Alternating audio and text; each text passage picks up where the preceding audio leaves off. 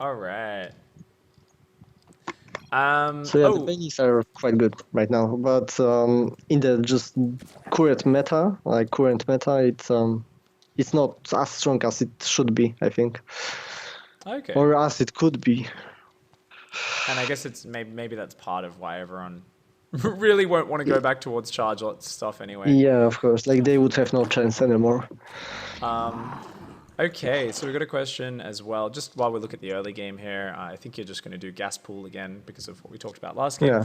Lemons TV says pig. Well, he says at pig, but it's for you. He says, okay, Laser, does the approach to taking engagements and unit positioning change much when those broodlords come out? The lack of mobility seems like it would be a huge deal compared to how mobile the original Lingbane Ravager army is.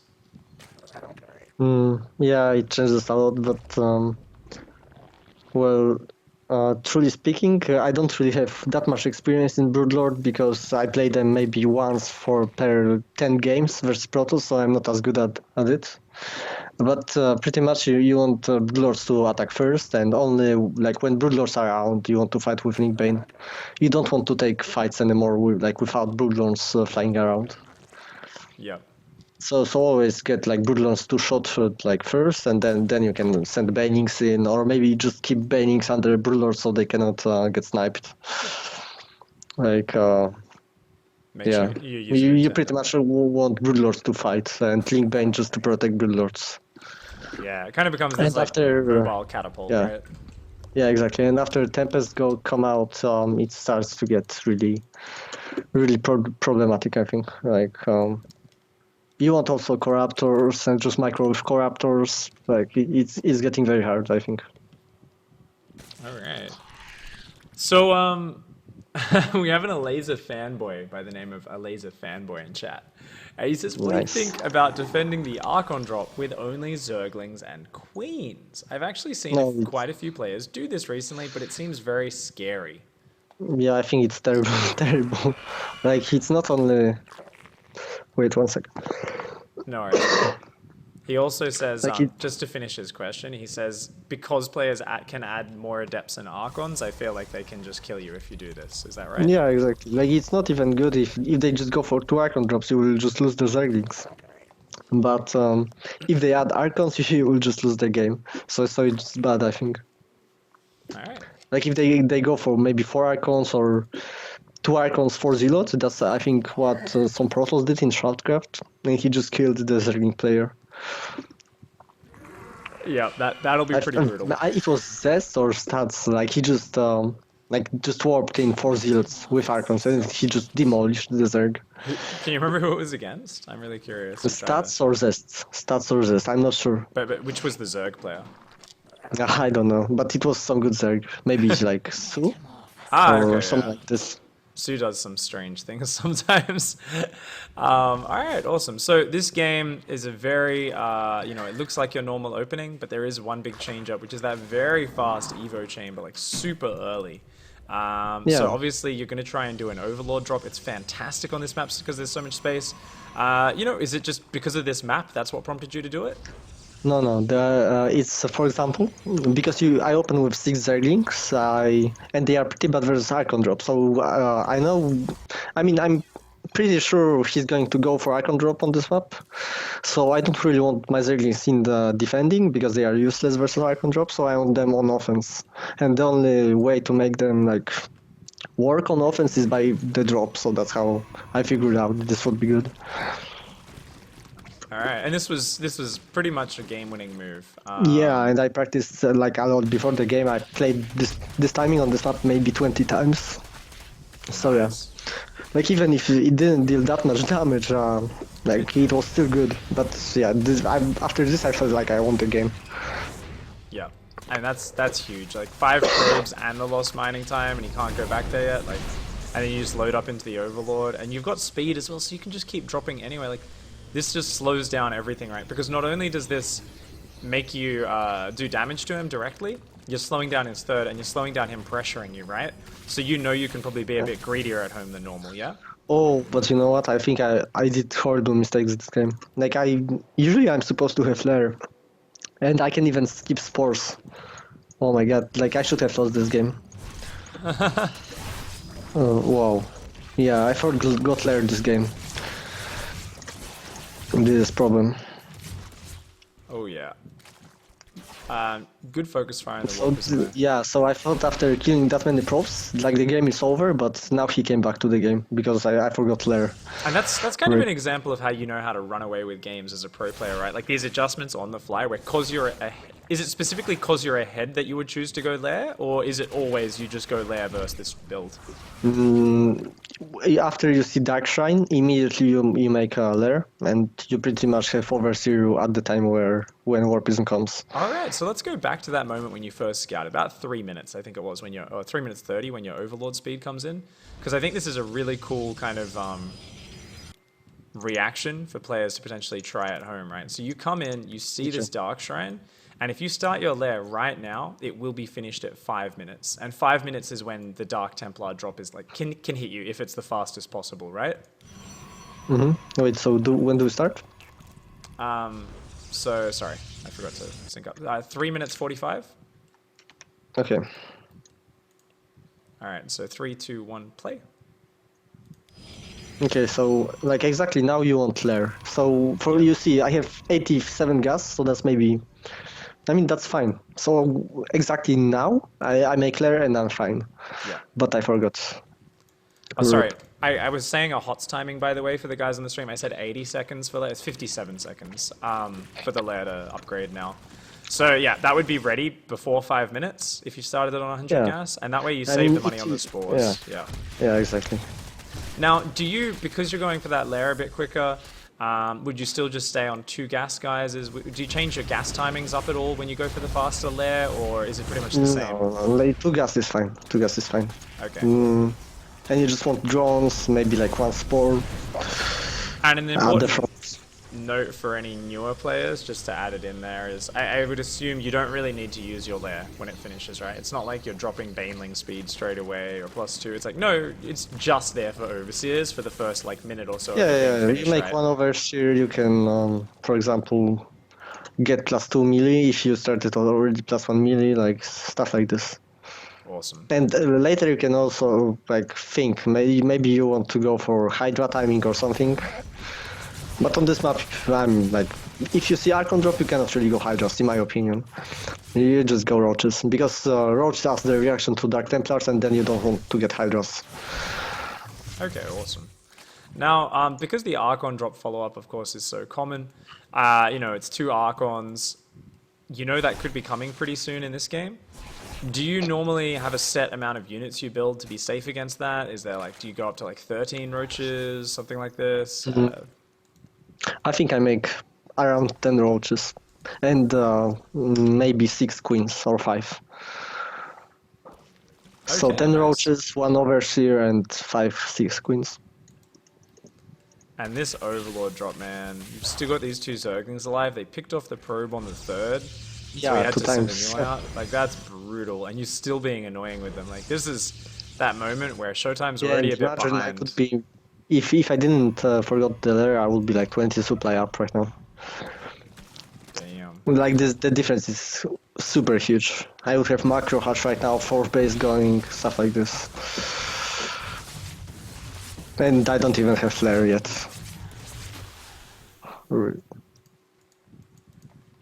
It's always Yeah, interesting to hear, badly. you know, watch, because like the games like look so good and so winning, but it's like you said, everyone makes so many mistakes in tournaments because I feel like players put more pressure on each other as well. Like people seem to focus more on not just doing their build or their play, but like really trying to micro everything a bit harder and trying to get more out of their units. But at the same time, you get thrown off more, right? Because Look at this. Showtime isn't reacting to fake Overlord. This was painful. I'm not sure if he even saw that. Yeah. I hate this. Okay, it comes again. See if he's going to react. Come on, come on. Come on, Showtime. He's just like, nope. Probably a bit tilted from that Zergling drop. Yeah, I don't know.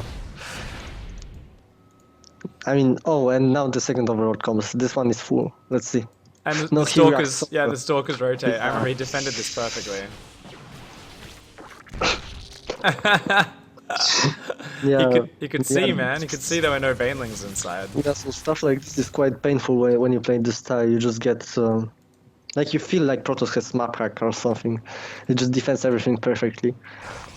But you pretty much need to do this if you want to win as Protoss. So Like he's if got, one Overlord comes in, kills 10 probes, the game is like goes into really into favor of Zerg, I think. yeah, it's a pretty massive advantage. Now he is going Blink this time around. Of course, he's up in supply right now. What? I guess you were right. You did really mess up. Sorry, Yeah, so I thought you were further ahead this game. it's fine. Like you're very often down in supply versus Protoss, like with this playstyle. It's actually quite surprising, but that's the case. Yeah, I But guess it's fine, the because you Ling can Bane always is so make- intensive, right? It's so supply Yeah. efficient.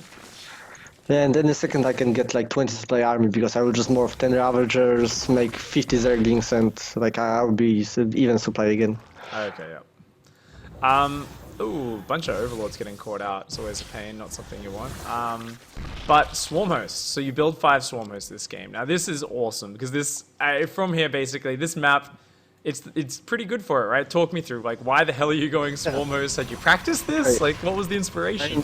Yeah, so I will tell you a story about this timing. So like in the previous game I said like after the like Roach Bane opening you can go for like Spire or like Infestation Pit. Like you have a lot of like variations what you can go for. But like this timing, I played versus Showtime during Home Story Cup, maybe like half a year before this Blizzcon, like long time ago before this Blizzcon, and it just didn't work because Showtime opened Stargate and he had 2 Oracles, and with 2 Oracles he just killed all my Swarm hosts. So I thought like, okay, this timing is useless. Like I will always lose it to Oracles. But then I thought like before this match, like okay, but he doesn't open Oracles. He opens Archon drop, so this should work again. And yeah, I just went for it. It was perfect. Nice. And it did Like pretty good half damage. year later. Yeah. And it's just free, right? You can just keep doing this over and over. And he can't sit there. Like, you're getting this amazing damage for it. Yeah, because there are 2 counters actually to it. With one, with like Oracles, you can just snipe the Swarm host. Or second, you can, like I figured out this after this match, you can just always babysit them with the War Prism. And every time Swarm hosts pop out the Sword Locusts, you just drop the Archons to bait Locusts down. Yeah. So if you're not like Yeah. manually microing the locusts, then Even if you do, the AI just, oh, he lost the War Prism. oh wow. Yeah, this this is where the game ended, I think. And yeah, like the AI of Locust is just like this. They will just attack the Archons every time. You cannot manually control them. Yeah. I mean, especially if you've just launched them, right? Like, once you've got them Yeah. out, if you can move command them, but if there's already a unit next to them, that second Yeah. from when they turn into just like little eggs on the ground into flying units, like you can't cancel their command or quick enough. They will always just attack whatever's in front of them. So that's why it's very awkward if anyone drops any units near you. So yeah, I guess that's pretty important for people who do want to defend swarm hosts in the new patch because they're so cheap now. That, you know, the key is either Stargate Yeah. to hunt them down, or it's to have some sort of units out there that can force the locusts out early. So I guess likewise, if the Protoss is out on the map, like doing a big push, that's also going to stop Swarm hosts, right? Because he can force those locusts out really early in the middle of the map. Yeah, and right now, what Protoss player plays just like Stalker Immortal Archon. And it's just so hard to make Swarmhost work because every time you make 5 Swarmhosts, they just attack into you and you die. So they are quite useless, I think, at the moment. So I guess Maybe we'll figure it out. I don't know. as soon as Protoss players start, say the meta shifts and Protoss players start sitting back a little bit more, though, that's the moment where Swarm hosts suddenly become an amazing Yeah, unit, right? for With how sure. cheap they are now, like the moment Protoss players aren't doing these big killing blink pushes, it's like, well, Yeah. Swarm hosts are just going to wreck you. So Protoss really can't afford to sit back unless they've got maybe those flying units to zone them out or something like that. Yeah, but we'll see what Zerg can do right now to make Protoss sit back, because right now their composition is so strong they can just sit in the middle of the map, and they cannot really push them back, I think. All right, interesting. I've really got to get back up to date with all the new styles and the new balance in the pro matches because I've been playing a lot, but I haven't like, really been watching a lot. Actually, I'm talking mostly about like Showtime and top Korean Protoss players because like the rest of Protoss players, I think is quite easy to beat. But Showtime and like Zest, Stats, Patience, they all play this Stalker Immortal based compositions, and I don't know, it's very hard to fight against. I think like it's doable, but it's just hard. Yeah, I feel you. All right, cool. I mean, in the later stages of this game, obviously we're just kind of talking about Swarm Host there. You just feel you're way ahead in army, right? It's like the same stuff as Frozen Temple in that, like, you know, you're going Broodlords, he has to attack into you, except you're actually way up in supply this time as well, right? And your Locusts are doing damage. Yeah. So any special insight with the engagements later on, or pretty straightforward? You just did the same stuff? Really straightforward, I think, but yeah, just shot him after he lost the war prison, like he just fallen apart at this moment. Yeah. Like there was one drop killing 12 drones, run by to the third, and after this it just like Showtime couldn't like hold on anymore. It was a lost game. Yeah. All right, GG's. Well played, man.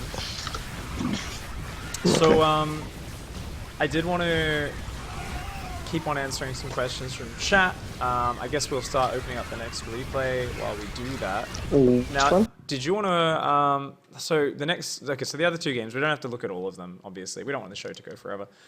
There was 4 games this set. So there was, the next game was Galactic, where he basically just did a Phoenix opening and then killed you with the depths. I guess we could load that up really quickly and just kind of. I think we can just talk about it. We don't need to load this up. All right, let's load up the Dasan game then. So load up the Dasan game while we talk. Okay, so like during Galactic, he just went for the timing he did in the like final game of WCS, the one in France, WCS Tours versus Nercio. He did in the last game, and I mean I knew Showtime can do this. Like he does this timing quite often, and I exactly knew the possibility of this timing. Like I even thought about this before the game. I tried to scout for it many times, but I lost maybe 3 overlords trying to scout it against the Phoenix. So yeah, I think I was just very unlucky to not scout it because even maybe 20 seconds before I seen this timing, I was like, okay, I'm playing greedy right now. If 20 adepts show up right now, I'm just gonna die. And adepts were there. Like I thought about this during the game, so it was just very unlucky, I think. That's always that moment, right, where you're like, well, you know, if I just blindly counter this, it gives away a big edge if he's just being greedy. So, you know, you're just like, okay, calculated risk, right? Yeah, exactly. So, that was quite stupid by me, but I just didn't want to blind counter this time. Maybe I should, because I was like really sure this might come.